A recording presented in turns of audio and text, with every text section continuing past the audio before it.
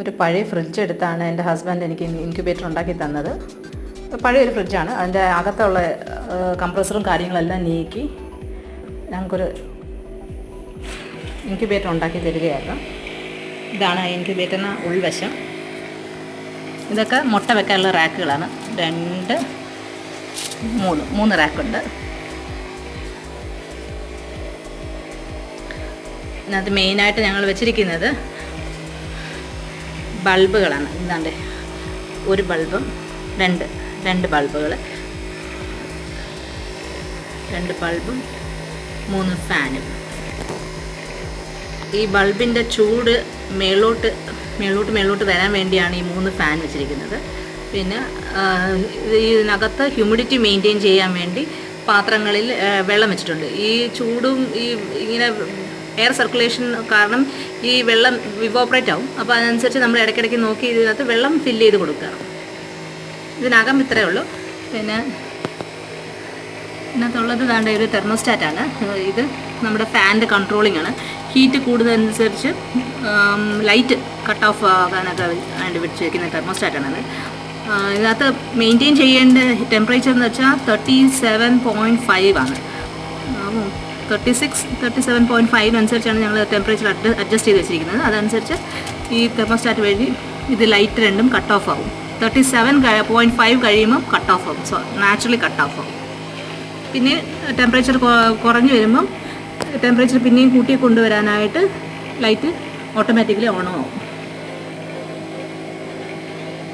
ഇതിനുള്ള ചെറിയൊരു ഹോൾ കൊടുത്തിട്ടുണ്ട്. എയർ സർക്കുലേഷന് വേണ്ടി ഒരു എയർ ഹോൾ കൊടുത്തിട്ടുണ്ട്. അപ്പോൾ ഇതിനകം ഇങ്ങനെയാണ്. ഇതിനകത്താണ് നമ്മൾ മുട്ടകൾ പറക്കി വെക്കുന്നത്.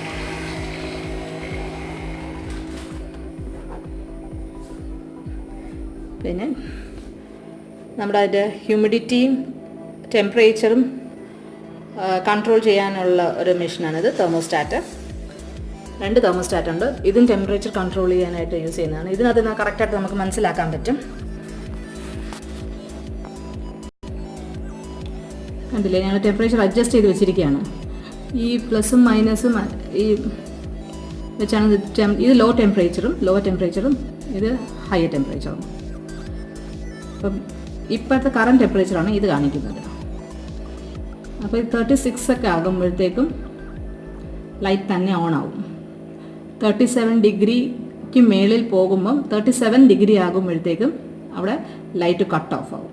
ഇപ്പോൾ 33, ഇപ്പോൾ ഞാൻ കുറച്ച് നേരം തുറന്ന് വെച്ചില്ല, അതുകൊണ്ടാണ് ടെമ്പറേച്ചർ നല്ല രീതിയിൽ താഴ്ന്നത്. ഇപ്പോൾ തന്നെ അടച്ചപ്പം ടെമ്പറേച്ചർ കൂടി 33 ആയി. ദറ്റ് ഈസ് അങ്ങനെ 37 ആകുമ്പോൾ നോർമലി അവിടെ ലൈറ്റ് ഓഫ് ആവും. ഇപ്പം മുട്ട വെച്ചിട്ടില്ല. ഇത് മുട്ട വെക്കുന്നതിന് മുമ്പ് ഇതൊന്ന് പ്രീ ഹീറ്റ്, നമ്മൾ നോർമൽ ടെമ്പറേച്ചർ, ഈ മുട്ട വിരിയാനുള്ള ടെമ്പറേച്ചർ വേണമല്ലോ, അതിന് വേണ്ടി ഇത് നേരത്തെ ഓൺ ആക്കി വെച്ചിരിക്കുകയാണ്. പിന്നെ ഇത് AC/DC കൺവേർട്ടറാണ്. വളരെ സിമ്പിളാണ്. ഇത് 3 കാര്യങ്ങളും മതി നമുക്ക് അതിൻ്റെ ഹ്യൂമിഡിറ്റിയും ടെമ്പറേച്ചറും മെയിൻറ്റെയിൻ ചെയ്ത് കൊണ്ടുപോകാനും. പിന്നെ നമ്മൾ ശ്രദ്ധ എപ്പോഴും വേണം മുട്ട വെക്കുമ്പോൾ. അപ്പോൾ നമുക്കിനി മുട്ട പറക്കി വെക്കുമ്പോൾ നോക്കാം. അപ്പോൾ ഹായ് ഫ്രണ്ട്സ്, ഞങ്ങൾ ഇൻക്യുബേറ്ററിൽ വെക്കാനായിട്ട് മുട്ടയൊക്കെ എടുത്തിട്ടുണ്ട്. ഞങ്ങൾക്ക് ഒരു അബദ്ധം പറ്റി. മുട്ടയെ കളക്ട് ചെയ്യുന്ന സമയത്ത് 3 മുട്ട ബ്രേക്കായിട്ടുണ്ട്. ഇങ്ങനെ പൊട്ടിയ മുട്ടകളൊക്കെ ഉപയോഗിക്കുന്നത് നമുക്ക് ഇങ്ങനെ ഉള്ള മുട്ടസ് വെച്ചാൽ അത് വിരിയില്ല. അങ്ങനെ 3 മുട്ട ഞങ്ങളുടെ കയ്യിൽ നിന്ന് അബദ്ധവശാൽ പൊട്ടിയിട്ടുണ്ട്. അപ്പോൾ ഇത് 50 മുട്ടയാണ് എടുത്തിരിക്കുന്നത്. നമുക്ക് ഫസ്റ്റ് ഇതിന് നമ്പേഴ്സ് ഇടണം.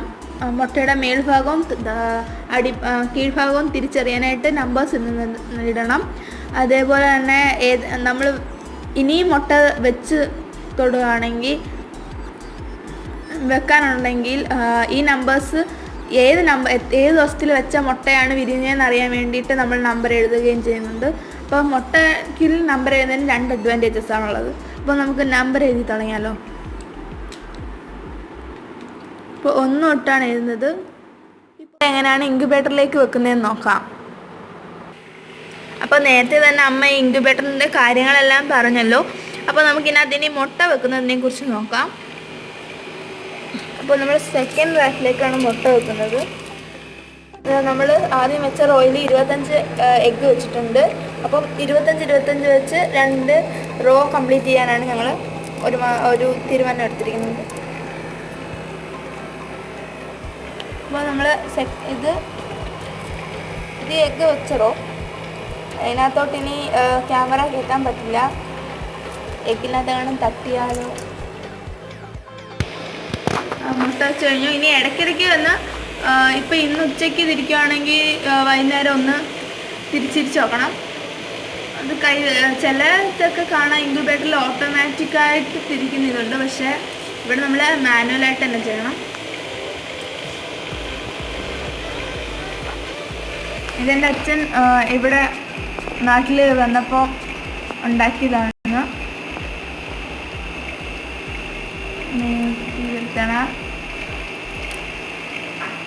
അപ്പോൾ നമുക്കിത് അടച്ചാലോ. നമുക്ക് കാണാം ഈ ഫ്രിഡ്ജ് മൊത്തം നമ്മൾ അലൂമിനിയം ഫോയിലിട്ട് കവർ ചെയ്തേക്കുന്നത്. അതെന്തിനാണെന്ന് വെച്ചാൽ നമ്മുടെ ഹീറ്റിൻ്റെ ബാലൻസ് ചെയ്യാൻ വേണ്ടിയിട്ടാണ്. അപ്പോൾ നമ്മൾ